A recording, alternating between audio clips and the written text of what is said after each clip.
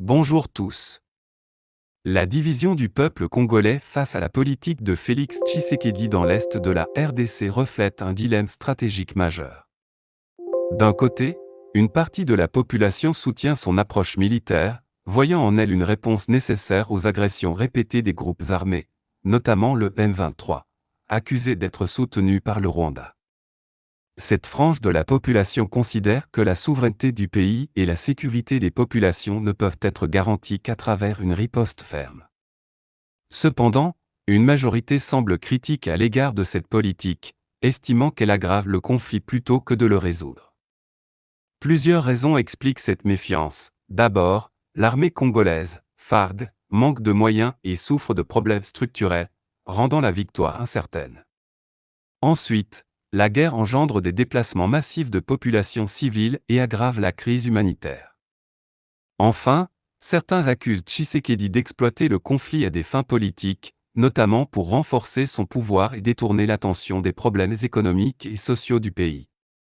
En parallèle, la situation diplomatique reste tendue, avec des négociations régionales difficiles et un soutien international mitigé.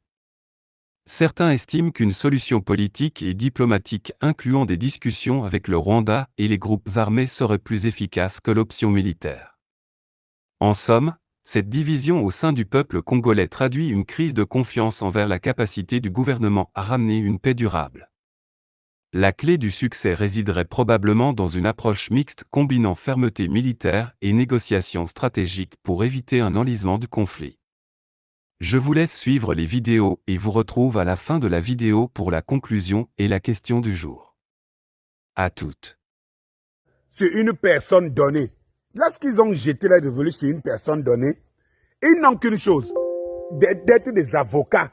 On leur dit que voici là où quelqu'un trébuche. C'est-à-dire que je ne sais pas comment les gens sont arrivés à un niveau où, lorsqu'ils soutiennent quelqu'un, cette personne devient automatiquement parfaite. Si tu demandes à cette personne que, mais, tu soutiens cette personne, dis-moi une seule fois où tu as déjà accepté que cette personne a trébuché et ne peut pas te dire.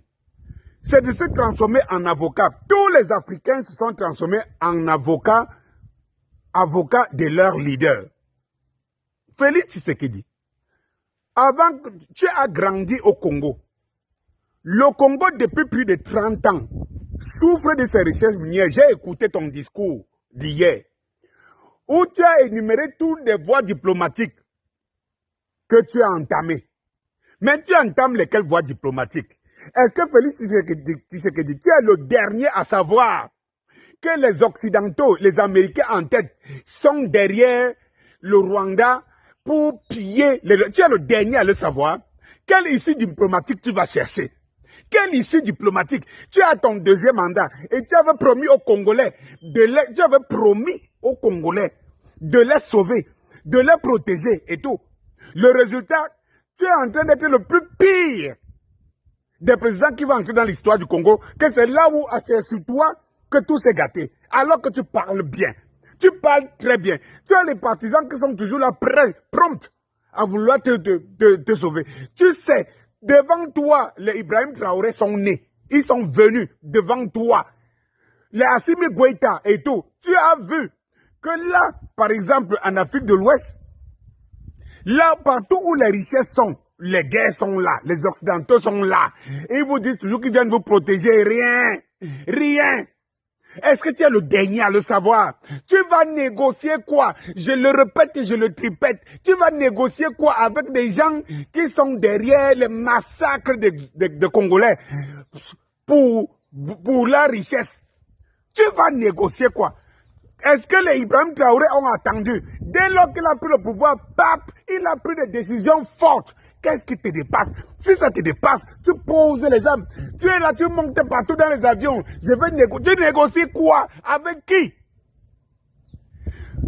Si je comprends bien, c'est que tu vas supplier tes bourreaux. Tu n'as pas les couilles. Félix Tshisekedi, tu n'as pas les couilles.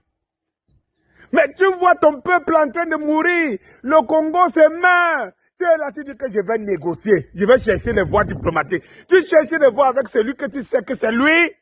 Mais les petits frères, là, les Ibrahim Traoré, la Assimi Goïta, ne vous enseignent rien. Mais quelle lâcheté au XXIe siècle. 30 ans, des millions de Congolais à cause de la richesse. Et toi, tu viens négocier. Qu'est-ce que tes prédécesseurs n'ont pas négocié? Qu'est-ce qu'ils n'ont pas négocié? Avec les qui? Tu sais très bien. Même celui-ci, Touadéra, qui est venu en Centrafrique hier, il est monté dans un avion en Russie en revenant. Il est revenu avec les Wagner. Pape, la Centrafrique, il n'y a plus de guerre là-bas. Il n'y a plus de guerre là-bas. Le Niger est quitté du pays pauvre. Juste après les Occidentaux, le Niger est en train de vivre. Nul était les djihadistes qui sont en train de combattre, tout le monde voit. C'est des pays émergents. Toi, tu vas négocier quoi? Tu dis que tu négocies quoi? Mais quel est ce président papillon? Ce président papillon bavardé. Qu'est-ce que tu as promis aux Congolais? Qu'est-ce que tu as promis aux Congolais? Ça te dépasse, laisse, non?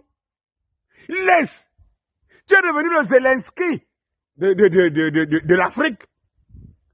On te dit, marche là-bas. Derrière toi, ton peuple se met. Tu es là, tu bavardes. Maintenant, tu demandes aux Congolais de défendre leur territoire. Ils défendent avec quoi? Avec lesquels moyens? Mais donne-les les moyens. Tu as les moyens. Tu as le pouvoir de leur donner les moyens de se défendre. Le Ouazalendo, bagarre de pluie. Donnez-les les moyens. Mais tu ne sais pas là où il faut les prendre. Tu ne sais pas que dans ce monde aujourd'hui, hein, le monde est subdivisé en 2 blocs. S'il y a un bloc qui te pille, qui te tue, mais tu t'alignes à l'autre. Mais qu'est-ce qui t'en empêche? Qu'est-ce qui t'en empêche? Tu n'as pas les couilles, man. Parce qu'aujourd'hui en Afrique, là, vos langages diplomatiques, là, ça ne trompe plus personne. Quand les Ibrahim Traoré, les Assimi Goïta et tout ça sont arrivés, ils nous ont fait comprendre que ce n'est qu'une décision de personne. Ce n'est pas, il n'y a rien de mystique dans tout ça. Je ne veux pas. Oui, chers Congolais, je vois les ambassades qui brûlent du Rwanda et tout ça. Mais si on ne vous donne pas les moyens, ces gens-là viendront vous trouver là. Chassez Félix Tshisekedi. S'il ne peut pas prendre des responsabilités, chassez-le. Et mettez celui qui est capable de couper le pont avec tout. Chassez-le. Sinon, vous verrez vos territoires en train de partir. Après le sacrifice de sang que les Congolais ont déjà coulé. Bonsoir. Donc, ça, ce n'est pas le problème. Le problème n'est pas des Tutsis congolais. Voilà pourquoi Kagame il commence à devenir fou. Son plan, il pense qu'en faisant les Tutsis congolais, ils vont aller diriger le Congo et contrôler les institutions. S'ils dirigent les institutions du Congo, moi je vais vivre au Rwanda. Pour votre information, vous ne saviez pas, je vais vous dire. Est-ce que vous saviez que Kabila donnait au Rwanda 60 millions de dollars chaque mois? Vous saviez ça? Vous ne saviez pas ça, non? Ah, Kabila, Kanambe, donnait au gouvernement rwandais 60 millions chaque mois. Tshisekedi a cassé ça. Kagame réclame et dit, nous vous avons aidé à enlever Mobutu. Nos militaires sont morts au Congo. Alors vous devez nous payer 60 millions de dollars chaque mois. Le Congo payait au Rwanda 60 millions de dollars chaque mois. Tshisekedi a cancellé ça. Kabila a donné ça. Vous voulez me dire que Kabila va rentrer où? Nous, vous jouez des gens, hein? Avec tous les généraux fictifs que vous avez là-bas. Ne vous en faites pas. Il y a plus de 200 généraux au Congo. Nous, le peuple congolais, on doit demander la démission de ces généraux-là. Ces généraux-là n'ont plus droit de travailler dans l'armée congolaise. Et nous devons faire ça et les pousser tous à la démission. Les généraux qui fuient Goma, qui vont à Bukavu, oh mon Dieu! Vous avez 25 véhicules dans la parcelle, 17 véhicules, 15, 13, 10. Un général affairiste. Aujourd'hui, vous tournez pour dire que non, Tshisekedi ne nous a pas compris. Pourquoi vous n'avez pas fait monter le Sukhoi, vous les généraux? Dites-moi. Pourquoi vous avez menti sur l'effectif de l'armée? Vous avez menti à Tshisekedi l'effectif. Dites-nous pourquoi vous aviez menti. Vous avez menti sur les régiments qui a 1200, il n'y avait que 200. Où est parti l'argent? Les instructeurs ont menti. Vous êtes des généraux, non? Papa, vous tous ces généraux-là, le peuple congolais ne veut plus de vous. Vous devez quitter l'armée. Si Tshisekedi est gentil, il peut vous envoyer dans les ambassades à l'étranger. Que vous soyez des attachés des ambassades, s'il est gentil. Pour moi, vous faites tous les retours dans vos villages. Et dans des résidences surveillées. Vous tous qu'on prenne 1 ou 2 généraux qui sont là pour le Congo, que nous connaissons. Et puis, ces généraux-là, je vais commencer à citer leurs noms, un à un. J'ai déjà commencé par Toumba Bwamunda, j'ai commencé par Ndaïwel. Je vais vous citer tous qui étaient dans la complicité de ne pas faire monter les Sukhoi, de nous dire de replier, de dire, vous tous, vous ne méritez pas l'argent du Congo, vous ne méritez pas. Et ça, c'est le peuple qui doit faire ça. Ce sont tous ces gens-là qui sont venus avec Kabila, des affairistes qui aiment l'argent. Bitumbe Bandika, toi, Nagoma, hey Jésus, Mbangu la Sud Kivu, oh mon Dieu, et vous vous appelez général? Général de Pakotine, général Yanzala. On ne veut pas les généraux comme ça. Tshisekedi vous a donné plus de 2 milliards 2024. Est-ce que vous avez à dire contre lui? Est-ce que vous avez à dire contre Tshisekedi? Les Rwandais viennent avec des drones. Qu'est-ce que vous avez fait pour que vous puissiez faire monter aussi nos drones à nous? Pourquoi vous les avez gardés? Pourquoi vous avez gardé nos drones? Oh non, oh, une faute technique. Une faute technique. Dans 2 jours de la guerre, vous n'avez jamais entretenu les drones? Voilà. Qui est ça? Toumba Bwamunda à la tête de Agémira. L'Agémira nous impose que pour tout ça la boyer, il faut vous foutre biso boyer, vous foutre biso boyer. Coûte pour votre information. Est-ce que vous savez que les Roumains qui viennent de partir, ils réclament qu'il y a l'argent qu'on ne les a pas encore payé, qu'on doit leur payer? Qui a fait prendre les Roumains là? Toumba Bwamunda.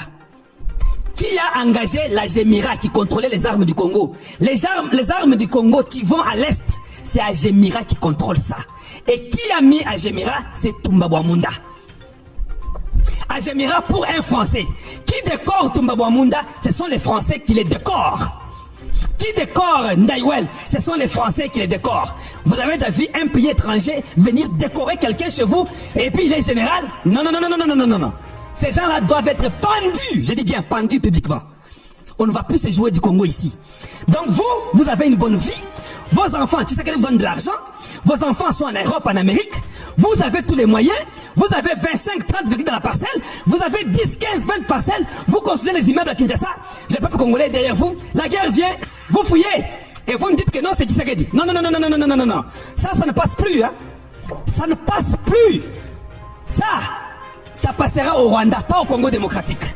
En conclusion, la division du peuple congolais face à la politique de guerre de Félix Tshisekedi dans l'est de la RDC reflète un profond malaise quant à l'efficacité de cette stratégie. Si certains soutiennent l'option militaire pour défendre l'intégrité du territoire, une majorité critique son impact humanitaire et son manque de résultats concrets. L'enlisement du conflit, la faiblesse de l'armée congolaise et les tensions diplomatiques avec le Rwanda compliquent encore plus la situation. Une solution durable nécessiterait une approche équilibrée entre actions militaires ciblées, réformes structurelles des forces armées et un dialogue politique avec les acteurs régionaux. Sans cela, le risque est grand de voir la RDC s'enfoncer dans une crise prolongée, au détriment de son peuple. C'est tout pour aujourd'hui. Notre question du jour est: pensez-vous que la stratégie militaire de Félix Tshisekedi à l'est de la RDC est la meilleure solution pour restaurer la paix, ou faudrait-il privilégier une approche diplomatique plus inclusive? Laissez-nous vos commentaires en bas, ne manquez pas de vous abonner et de partager la vidéo. Merci et à la prochaine.